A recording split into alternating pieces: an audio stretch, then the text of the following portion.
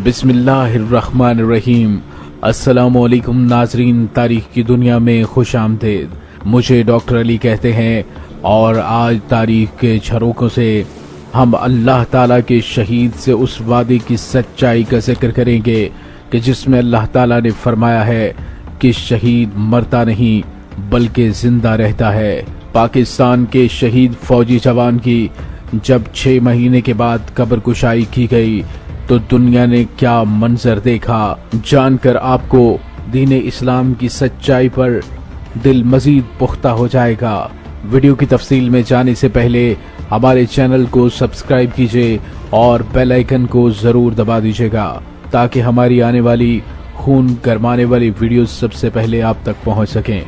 Lance Naik Mohammad महफूज ने 18 दिसंबर 1971 को जामे शहादत नोश फरमाया। नाज़रीन, आइए अब उस वाक़े की जानिब बढ़ते हैं जिसका मैंने वीडियो के आगाज में जिक्र किया था। नाज़रीन, लांस नाइक मोहम्मद महफूज को उनके गांव मलकावाला में सपुर्द खाक किया जा चुका था। नाज़रीन, वाक़या कुछ यूं है कि मोहम्मद महफूज के बड़े भाई मोहम्मद मारूफ जो पाक फौज का हिस्सा थे और 1971 की जंग में मौजूद थे, उन्होंने बताया कि जब लांस नाइक मोहम्मद महफूज के लिए निशान हैदर का ऐलान हुआ और उन्हें सलामी पेश करने के लिए 43 पंजाब का दस्ता वहां पर पहुंचा तो उन्होंने कहा कि यहां कब्रिस्तान में जगह तंग होने की वजह से सलामी पेश करने में मुश्किल पेश आती है, इसलिए शहीद का मज़ार बनाया जाना जरूरी है और शहीद के जस्ते खाकी को यहां से खुली जगह पर मुंतकिल करना जरूरी है। नाज़रीन, उलमा इकराम से जब मशवरा किया गया तो उन्होंने इस बात की इजाज़त दी कि शहीद के ताबूत को निकालकर दूसरी जगह पर दफन किया जा सकता है। नाज़रीन, जून का महीना और लांस नाइक मोहम्मद महफूज को शहीद हुए 6 महीने गुजर चुके थे। जब उनकी कब्र कुशाई की गई तो पूरी दुनिया ने एक अजीबो गरीब मंजर देखा। नाज़रीन, जैसे ही कब्र को खोला गया तो एक ऐसी खुशबू फैल गई जो उससे पहले ना किसी ने महसूस की थी और ना ही वो मंजर देखा था। नाज़रीन, जैसे ही शहीद की कब्र कुशाई की जाने लगी और इलाके के लोगों का जम्मे गफीर वहां पर मौजूद था तो सख्त कड़कती दोपहर में आसमान पर एक बादल आकर हल्की हल्की बूंदाबांदी करने लगा। शहीद के ताबूत को जब बाहर निकाला गया तो दुनिया हैरान रह गई। दुनिया ने देखा कि जब मोहम्मद महफूज को दफन किया गया था तो उन्होंने ताजी शेव की हुई थी, लेकिन 6 महीने के बाद उनके चेहरे पर दाढ़ी थी जिसका लोगों ने नजारा किया तो अल्लाह के वादे की सच्चाई के कायल हो गए। नाज़रीन, उसके बाद लांस नाइक मोहम्मद महफूज के ताबूत को जब उठाया गया तो उनके जख्मों से रिसने वाला खून कतरा कतरा नीचे टपकने लगा। शहीद के भाई का कहना था कि हमने एक बर्तन उसके नीचे रख दिया ताकि शहीद के खून की बेहुरमती ना हो। हर तरफ खुशबू फैली हुई थी और हमने लांस नाइक मोहम्मद महफूज के जख्मों से रिसने वाला खून भी नई जगह पर कब्र में दफन कर दिया।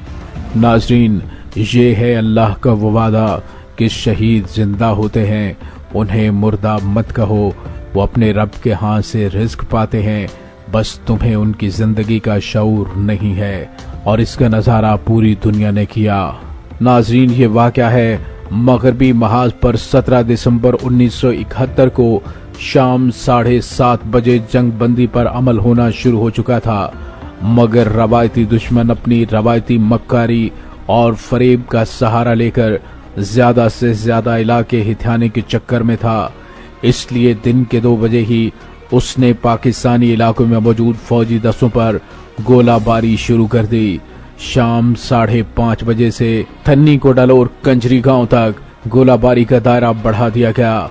नाज़रीन, 5:45 बजे यूनिट कमांडर को इत्तला मिली कि दुश्मन ने बस्ती के शुमाल मशरिक में स्मोक स्क्रीन बना लिया है और जनूब मशरिक की जानिब 50 गज के फासले पर वाक़े बंद से दुश्मन ने बस्ती में मौजूद पाकिस्तानी दस्ते को जंग में मसरूफ कर लिया है।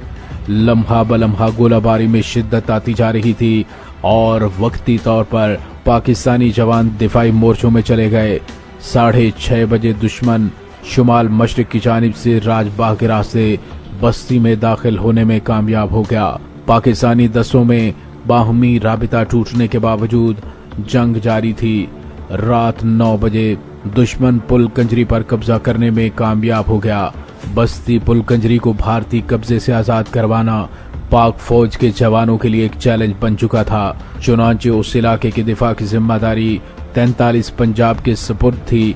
इसलिए battalion commander lieutenant colonel Mohammad Iqbal से कहा गया कि सिर्फ बस्ती पुल कंजरी पर दोबारा कब्जे के लिए कोशिश की जाए। नाज़रीन, इस मकसद के हुसूल के लिए एक टास्क फोर्स तश्कील दी गई और उस टास्क फोर्स में 43 पंजाब की ब्रावो कंपनी, 15 पंजाब की अल्फा और डेल्टा कंपनियां शामिल थीं। 15 पंजाब के एक सीनियर और आजमूदा ऑफिसर मेजर नेमतुल्लाह को टास्क फोर्स का कमांडर बनाया गया और इस टास्क फोर्स ने मुजव्वज़ा मंसूबे के मुताबिक लेफ्टिनेंट कर्नल मोहम्मद इकबाल की कमान में जवाबी हमला करना था, जबकि 15 पंजाब की अल्फा कंपनी की क़यादत कैप्टन फजल मोईद के हाथ में थी, जो 15 ईस्ट बंगाल रेजिमेंट से कुछ ही अरसा पहले यहाँ आए थे।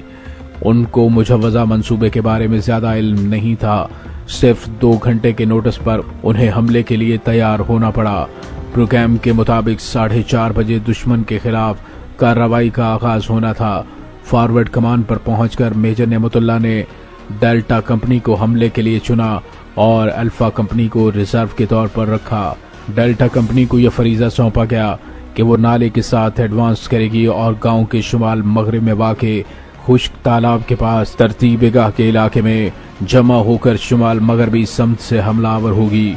मुश्किल ये थी कि 15 पंजाब की दोनों कंपनियों के लिए ये इलाका अजनबी था और 43 पंजाब ने उनको एक गाइड दे दिया।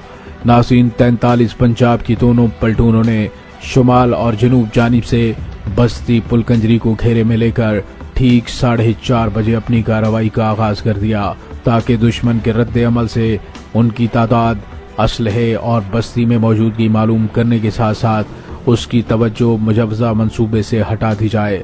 मगर दुश्मन अपनी मक्कारी से धोखा देने में कामयाब हो गया। बस्ती से पाकिस्तानी फायर का कोई जवाब न दिया गया।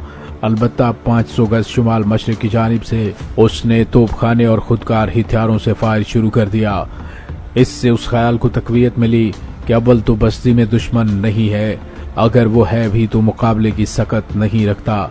चूंकि सुबह होने को थी, इसलिए अमली हिकमत के मुताबिक 43 पंजाब की ब्रावो कंपनी की दोनों पलटूनें पीछे हट गईं, जबकि अल्फा कंपनी अपनी सफबंदी में मसरूफ थी। ये मुकाम पुल कंजरी के बिल्कुल मतवाजी था। लांस नाइक मोहम्मद महफूज ने अपनी मशीन गन और हैंड ग्रेनेड चेक किए, फिर सिपाही सनाउल्लाह की राइफल पर लगी हुई संगीन चक्की उसे शानों पर थपकी देते हुए लांस नाइक महफूज ने कहा कि सनाउल्लाह, घबराओ नहीं, हमारा दुश्मन बुज़दिल है, हमले से पहले ही भाग जाएगा। अगर उसने ठहरने की जसारत की तो उसको हम इबरतनाक शिकस्त देंगे। और नाजरीन, फिर दुनिया ने देखा कि पाकिस्तान के जांबाजों ने जिस तरह से दुश्मन पर हमला किया और दुश्मन की एक बड़ी ताकत को शिकस्त फाश से दोचार कर दिया। नाजरीन, भारतीय फौज ने पाकिस्तान के इन शाहीनों को चारों तरफ से घेर लिया और बज़ाहिर वहां से निकलने का कोई रास्ता नजर नहीं आ रहा था। कंपनी कमांडर ने अपनी कंपनी के जवानों को हदायत की कि आखिरी गोली तक दुश्मन पर फायर जारी रखा जाए, किसी सूरत भी हथियार न डाले जाएं। नाज़रीन, पाक फौज के मुतअद्दिद सिपाही जख्मी हो चुके थे। लांस नाइक मोहम्मद महफूज की दोनों टांगें जख्मी हो चुकी थीं, इसलिए उन्हें आगे बढ़ने में शदीद दुश्वारी का सामना करना पड़ रहा था। नाज़रीन, पाक फौज के नाइक बाज खान जख्मी थे, मगर अपनी मशीन गन का भरपूर इस्तेमाल करके चुन चुन कर दुश्मनों को निशाना बना रहे थे। उन्होंने मोहम्मद महफूज के जोश व खरोश का अंदाजा कर लिया कि वो दुश्मन के मोर्चे पर पहुंचकर ही दम लेंगे। नाज़रीन, अल्लाह के सिपाही लांस नाइक मोहम्मद महफूज ने अपने जिस्म को घसीटते हुए दुश्मन के मोर्चे के बिल्कुल करीब कर लिया। दुश्मन ने धुएं के गोले भी फायर करना शुरू कर दिए, जिसकी वजह से हर तरफ गर्दो गुबार और धुआं फैला हुआ था। दुश्मन की फायर में कुछ कमी आई।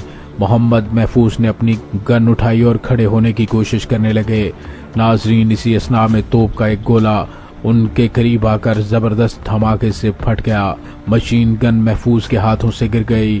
ऐन उस वक्त दुश्मन की गोलियों की एक बौछार ने उनके सीने को छलनी कर दिया और वो इसी हालत में दुश्मन के मोर्चे में कूद गए। انہوں نے پہلی ہی جست میں اس گنر کا گلا دبوچ لیا جو پاک فوج کے جوانوں پر اندھا دھند فائرنگ کر رہا تھا۔ لانس نائک محفوظ نے اس گنر کی گردن کہ پھر اسے زندگی کی مہلت نہ ملی، یہ دیکھ کر قریب ہی موجود بھارتی سپاہیوں نے اپنی سنگینیں لانس نائک محمد محفوظ کے سینے میں پیوست کر دیں، اور اسی کیفیت میں لانس نائک محمد محفوظ اپنے خالق حقیقی سے جا ملے۔ ناظرین، اس کے ساتھ ہی ڈاکٹر علی کو اجازت دیجیے۔ پاک فوج زندہ باد، پاکستان پائندہ باد۔